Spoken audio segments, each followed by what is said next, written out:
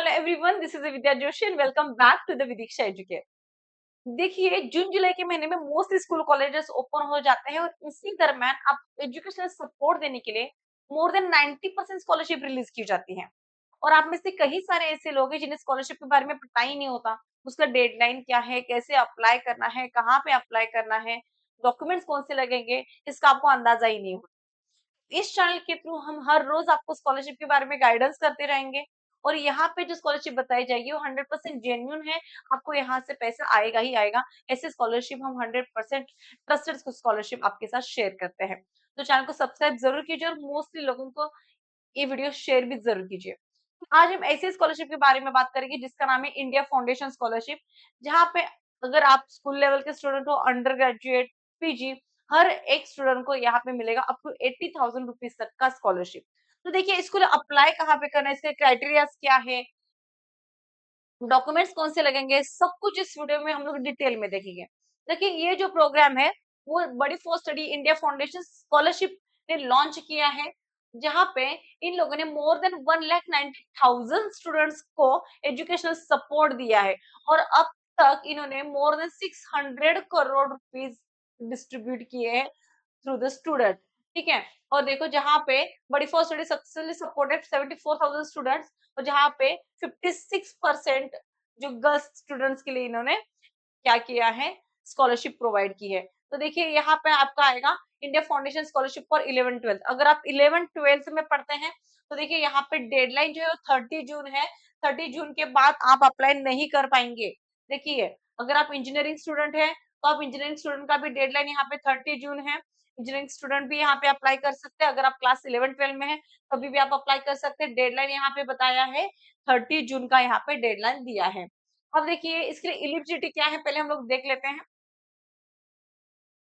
और देखो, अगर आप क्लास 11 और 12 में पढ़ते हैं तो आपको क्या लगेगा, देखो ये स्कॉलरशिप किसके लिए है, अगर क्लास आप 11-12 में पढ़ते हैं या फिर अगर आप क्लास 12th पास आउट की है this year, this academic year, मतलब अगर आपने पास आउट किया है 25-26, अब भी अगर आपने 12th पास आउट किया है तभी भी आपको ये स्कॉलरशिप एप्लीकेबल है, आप इसके लिए अप्लाई कर पाएंगे।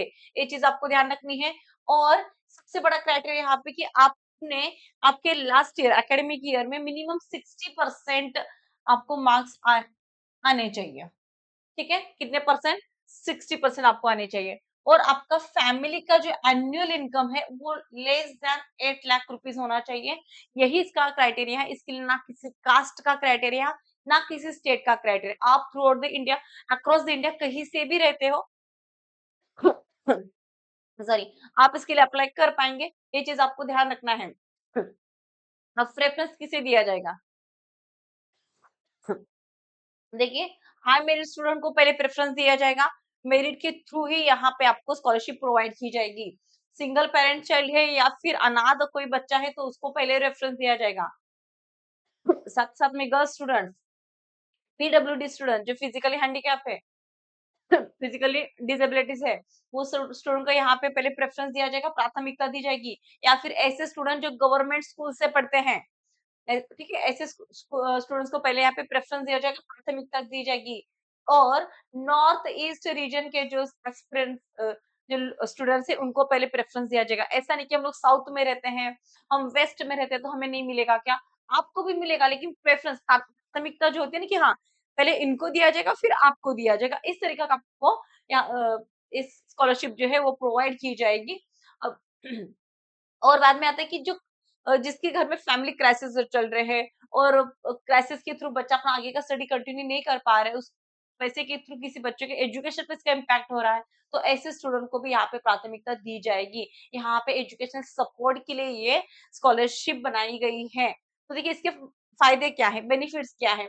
आपको स्कॉलरशिप जो है वो 6,000 से लेकर 24,000 रुपीज तक का स्कॉलरशिप मिलता है एन्युअली। सालाना आपको इतना स्कॉलरशिप यहाँ पे मिलेगा। और ये जो है automatic application submission assistant for the other matching scholarship programme implemented by the buddy for study India foundation, यहाँ पे बताया गया है। अब देखिए, इसके लिए डॉक्यूमेंट्स कौन कौन से लगेंगे, डॉक्यूमेंट्स कौन से लगेंगे, आपको रिसेंट पासपोर्ट साइज फोटो लगेगा, आधार कार्ड लगेगा, वो भी आधार कार्ड आपके मोबाइल नंबर से लिंक होना जरूरी है।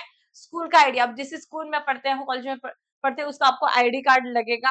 अब मार्कशीट लगेगा, लास्ट क्लास का अगर आप अभी 12th में हो तो आपको 11th का मार्कशीट लगेगा, 11th में हो तो आपको 10th का मार्कशीट लगेगा और मार्कशीट में मिनिमम आपको 60% आने मार्क्स ज़रूरी है और गवर्नमेंट इनकम सर्टिफिकेट आपको लगेगा। देखो यहाँ पे इनकम सर्टिफिकेट जो है वो गवर्नमेंट का, जैसे सेंट्रल गवर्नमेंट का लगेगा, ओके, स्टेट गवर्नमेंट का इनकम सर्टिफिकेट नहीं, सेंट्रल गवर्नमेंट का लगेगा, जहां पे आपका इनकम शो करता है एन्युअली 8 लाख से भी कम, ऐसा आपको लगेगा यहाँ पे income certificate.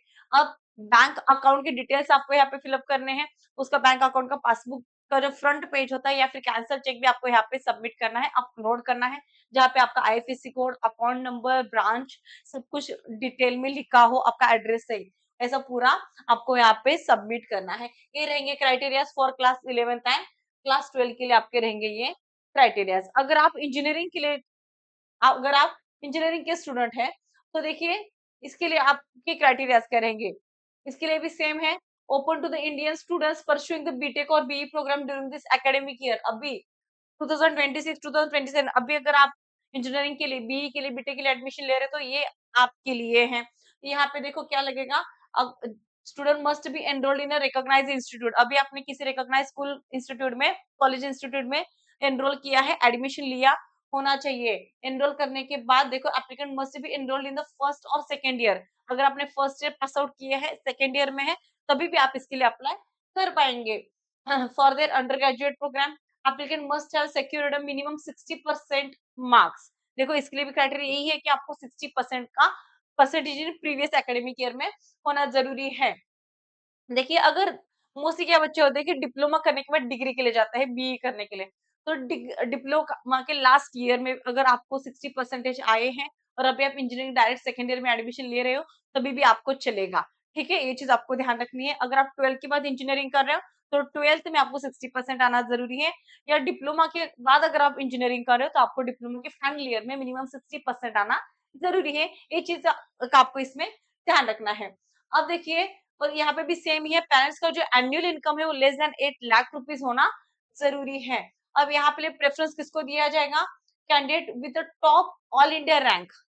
Top all India rank में अगर आपने जेई दिया है, जेई एडवांस दिया है, तो उसके टॉप ऑल इंडिया रैंक में अगर आपका नंबर है तो उसके थ्रू ही यहाँ पे उसको बच्चों को प्रेफरेंस दिया जाएगा। यहाँ पे भी सिंगल पेरेंट्स है या फिर अनाथ कोई बच्चा है तो उसको पहले प्रेफरेंस दिया जाएगा। Girls student, PWD students, government school से बच्चे पढ़े हैं, उन बच्चों को दिया जाएगा। यहाँ पे भी नॉर्थ ईस्ट रीजन के स्टूडेंट को पहले प्रेफरेंस दिया जाएगा, आपको भी मिलने वाला है। ऐसा नहीं है कि हम लोग नहीं अप्लाई करेंगे, हम लोग साउथ में रहते हैं, नहीं, आप भी अप्लाई कर सकते हैं। अगर आपका टॉप रैंक में हो, अगर 60% का ये सब अगर क्राइटेरिया में आप आते हो तो आप जरूर अप्लाई कीजिए, आपको भी मिलेगा। ये चीज आपको ध्यान रखना है। और जिन बच्चे का फैमिली क्राइसिस चल रहा है और फैमिली की इकोनॉमिक कंडीशन वीक होने के कारण अगर बच्चे की एजुकेशन पे अगर इम्पैक्ट पड़ता है तो उस बच्चे को पहले प्राथमिकता दी जाएगी, पहले प्रेफरेंस दिया जाएगा। ये चीज आपको ध्यान रखना है। और यहाँ पे अगर आप इंजीनियरिंग स्टूडेंट से आप medical sorry engineering BE BTech जैसे कॉलेज कोर्स कर रहे हैं तो आपको मिलेगा 35,000 से 75,000 तक का स्कॉलरशिप। ये बहुत बड़ा स्कॉलरशिप है, आपको 35,000 से 75,000 तक का सालाना स्कॉलरशिप आपको मिलेगा। ठीक है, अब इसके लिए डॉक्यूमेंट्स कौन से लगेंगे, यहाँ पे भी सेम ही है। आपको डॉक्यूमेंट में सबसे पहले याद रखना है कि रिसेंट पासपोर्ट साइज फोटो, ऐसा नहीं कि 4-5 साल पुराना बच्चे वाला फोटो अपलोड किया चल जाएगा, नहीं, recent passport size photo, minimum 80% face visible, background white, ये चीज आपको ध्यान रखनी है। इस तरीके से आपको फोटो यहाँ पे अपलोड करना है। आइडेंटिटी प्रूफ पे आप आपका आधार कार्ड दे सकते हैं, वोटिंग आईडी दे सकते हैं, ड्राइविंग लाइसेंस दे सकते हैं, क्योंकि 12th के बाद के बच्चों के पास वोटर आईडी वगैरह सब होता है। 18 प्लस होने के बाद होते हैं तो आपके पास ये गवर्नमेंट के आईडी प्रूफ होते हैं तो आप ये अपलोड कर सकते हैं। और गवर्नमेंट अप्रूव्ड इनकम सर्टिफिकेट, अभी मैंने बताया था कि सेंट्रल गवर्नमेंट का होना जरूरी है, जिसपे आपका एनुअल इनकम जो है 8 लाख से कम होता हुआ होना चाहिए। क्लास 12 का मार्कशीट लगेगा जिसपे मिनिमम 60% आपने स्कोर किया है। अगर आप सेकेंड ईयर में एडमिशन ले रहे हो तो आपके पास फर्स्ट ईयर इंजीनियरिंग का मार्कशीट लगेगा। अगर आप डिप्लोमा के थ्रू सेकेंड ईयर में एडमिशन ले रहे हो तो आपको डिप्लोमा के फाइनल ईयर का मार्कशीट लगेगा। अगर आप सेकेंड ईयर में हो तो फर्स्ट ईयर का या सेकेंड सेम का भी आप मार्कशीट दोनों का भी मार्कशीट आप यहाँ पे जोड़ सकते हैं।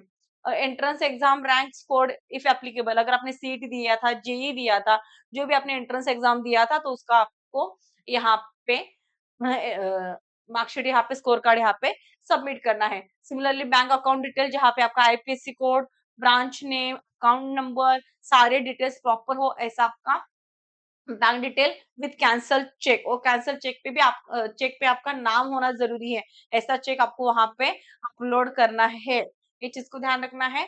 और अभी जिस स्कूल कॉलेज अभी जिस इंस्टीट्यूट में कॉलेज में आपने एडमिशन लिया है, तो उसका रिसेंट एडमिशन का आपको यहाँ पे रिसिप्ट लेटर, फिर रिसिप्ट और कॉलेज आईडी, ये सब कुछ आपको यहाँ पे सबमिट करना है, ये चीज आपको ध्यान रखनी है। ये हो गया इंजीनियरिंग बी स्टूडेंट के लिए। अगर आप जनरल ग्रेजुएशन कर रहे हैं, मतलब जहाँ पे आप अभी बीए, बीकॉम ऐसे अगर आप कोर्सेज कर रहे हैं, तो आपके कौन कौन से डॉक्यूमेंट्स लगेंगे, इसका भी सेम ही है। देखो अगर हम अंडर ग्रेजुएट के कोर्सेज करते हैं, तो वो तो 12th के बाद ही आते हैं, जैसे बीए, बीकॉम, ये तो जनरल कोर्सेज हो गए, तो ये होते हैं 12th के बाद के, तो उसके लिए भी वही डॉक्यूमेंट्स लगेंगे जो हमने सारे इंजीनियरिंग के लिए सबमिट किए थे। बस यहाँ पे टॉप इंडिया ऑन रैंक वाले सीईटी के स्कोर कार्ड वगैरह नहीं लगेंगे, लेकिन बाकी के सारे डॉक्यूमेंट्स वही लगेंगे। और इसका भी क्राइटेरिया सेम ही है, आपको 12th में मिनिमम 60% आना जरूरी है, ये सब यहाँ पे क्राइटेरिया, और प्रेफरेंस भी सेम ही वही उसी तरीके से यहाँ पे दिया जाएगा। अब बात आती है कि इसको अप्लाई कहाँ पे करना है। देखिए, आपको पहले बड़ी फॉर स्टडी इस वेबसाइट पे जाने के बाद आपको कुछ इस तरीके से विंडो दिखाई देगा। तो यहाँ पे आपको देखो, यहाँ से आप अप्लाई नाउ कर दीजिए। अगर देखिए, अगर आप 11th 12th स्टैंडर्ड में पढ़ते हैं, तो आपको यहाँ पे डायरेक्टली करना पड़ेगा अप्लाई नाउ, ठीक है। अगर आप इंजीनियरिंग के लिए कर रहे हैं, तो आपको नीचे यहाँ पे अप्लाई नाउ करना पड़ेगा। तो अप्लाई नाउ करने के बाद आपको सबसे पहले रजिस्ट्रेशन करना पड़ेगा।